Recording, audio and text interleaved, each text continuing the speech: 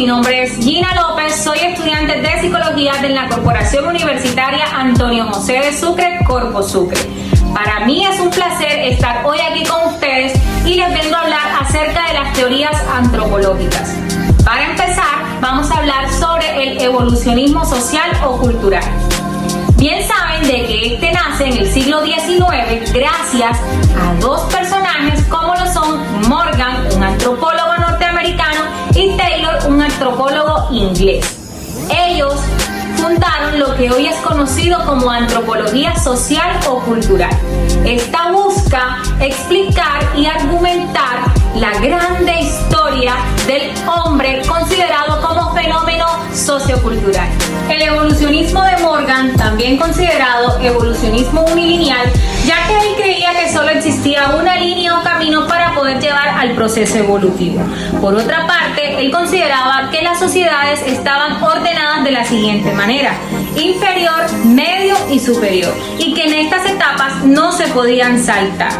Por otro lado, él creó como una especie de pirámides donde podemos observar el proceso evolutivo que iba teniendo el hombre, desde el salvajismo, luego la barbarie y luego la civilización. Con respecto a la evolución de las relaciones sociales y de la familia, Morgan divide a estas últimas para hallar parentescos específicos, como por ejemplo la familia sindiásmica y la familia patriarcal, entre otras. Por su parte, Taylor, él dice y afirma que las personas con religiones más simples tienden a tener mentes más simples y que las cosas van desde lo más simple a lo más complejo. Con respecto al cristianismo, él cree que es una religión avanzada, es decir, una religión completa. Ahora hablaremos de los postulados evolucionistas. Quiero contarles que son 4 postulados y ahora se los voy a referenciar cada uno de ellos. El primer postulado es que ellos afirman de que todos provenimos de la misma especie, tenemos las mismas capacidades mentales y que estamos compuestos por el mismo sustrato biológico y psíquico.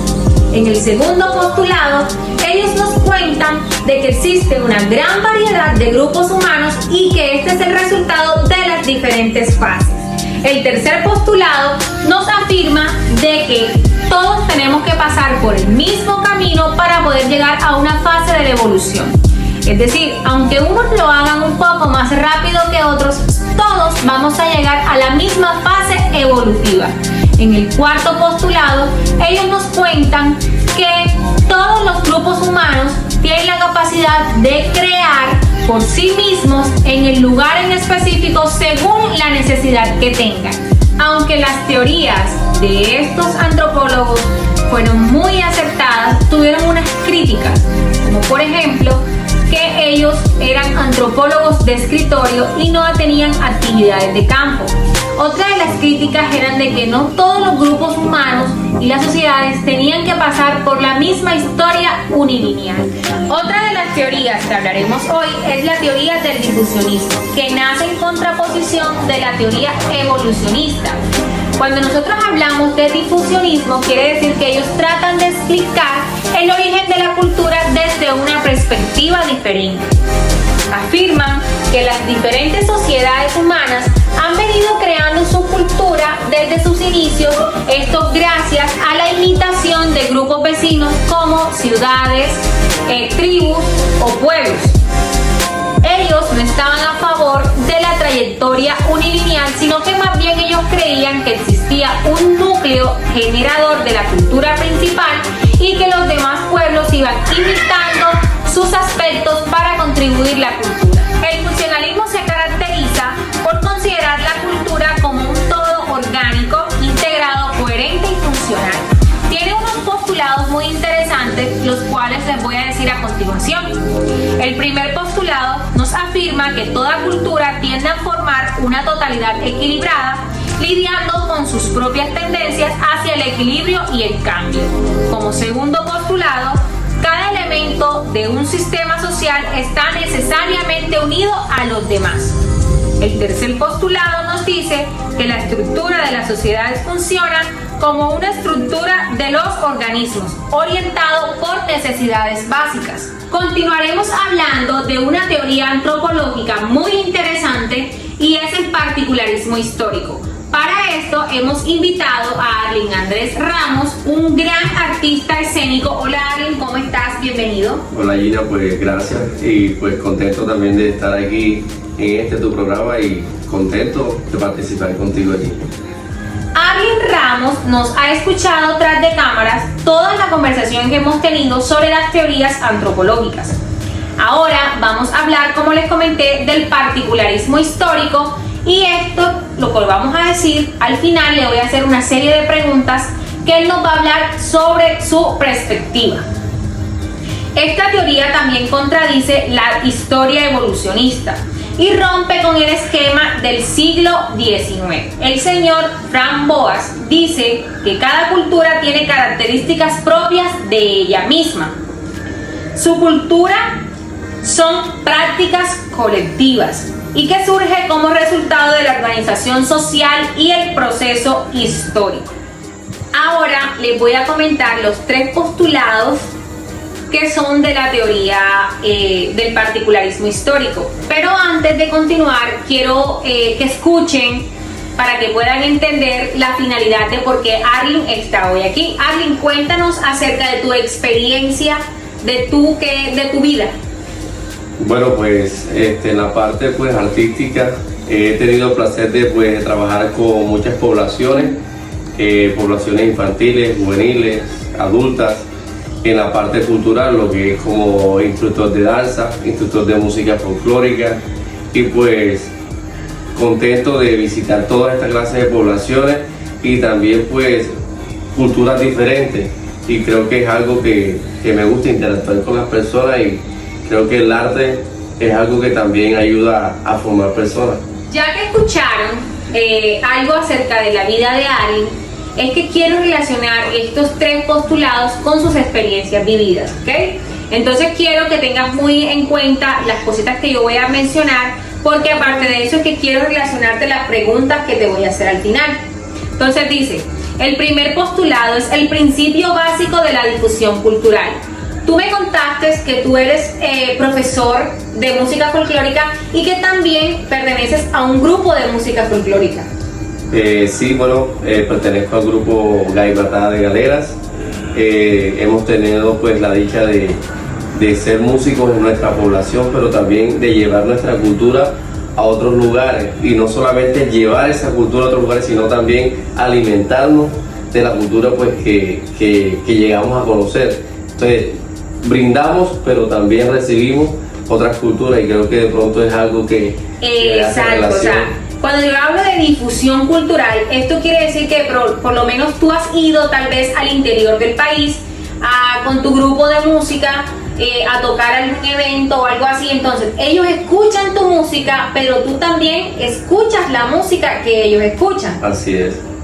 En el segundo postulado están las condiciones geográficas y físicas.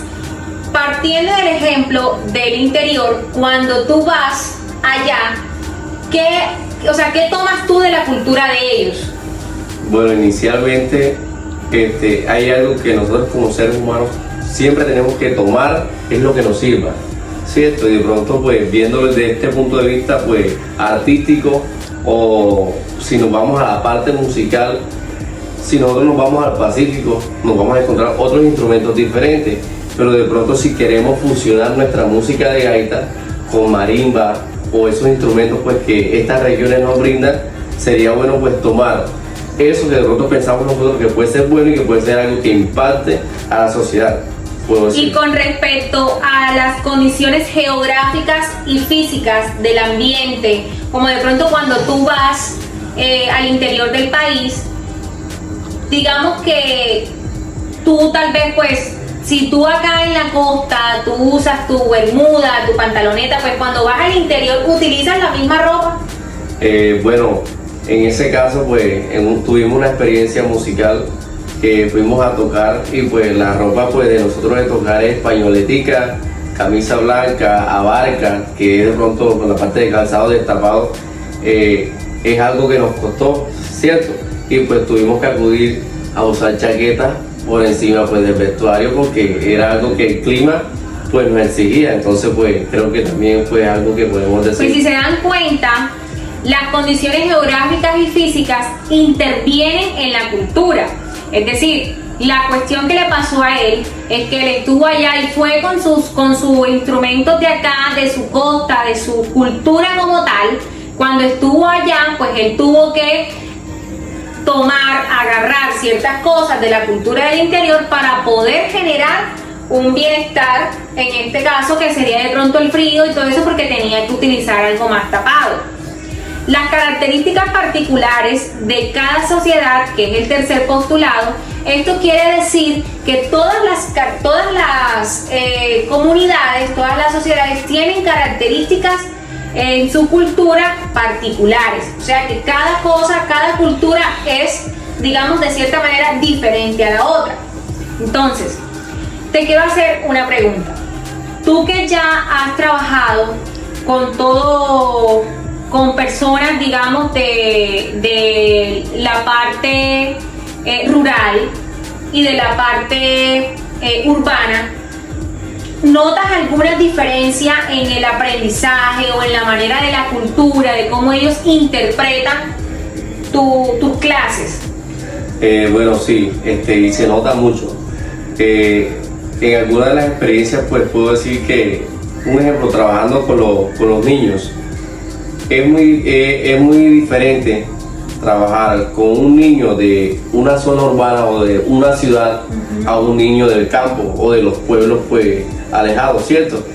Podemos decir que, un ejemplo, los niños de la ciudad, tú le colocas una actividad que busquen en YouTube, un tutorial, y ellos, me imagino que serán unos berracos, pues buscando si la descargué, o sea, uno se asombra, y uno lo hace con los niños del campo, obvio, porque es que es algo diferente, hay menos acceso a la tecnología y cosas así, y podemos decirlo del punto de vista contrario.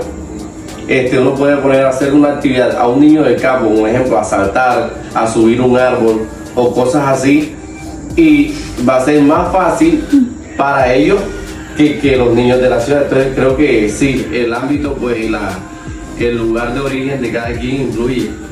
Ahora te hago otra pregunta para finalizar.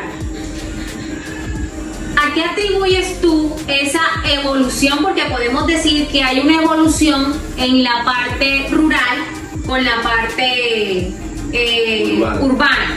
O sea, ¿a qué atribuyes tú esa evolución que hay, o sea, esa diferencia que hay entre una cultura y la otra? Bueno, yo digo que nosotros somos lo que nuestro ambiente nos brinda. O sea, nosotros pues nacemos en un lugar y pues nosotros vamos a crecer formándonos de acuerdo a lo que nuestro ambiente nos brinda. Entonces creo que es algo que siempre nos va a diferenciar, sea un pueblo, región, país, llámese estado, como le queramos llamar. Creo que siempre va a haber una diferencia. Es más, nos podemos dar cuenta que a veces a 15 minutos podemos recibir una cultura diferente. Nosotros hoy estamos aquí en un pueblo donde ver una persona en ropa interior es algo que nos asombra, ¿cierto? Pero nos vamos a 45 minutos a la playa y vamos a encontrarnos que ver una persona en ropa interior es algo normal. Entonces fíjate que a veces la cultura cambia en cuestiones de segundos, en cuestiones de minutos. Entonces creo que es algo que siempre va a variar.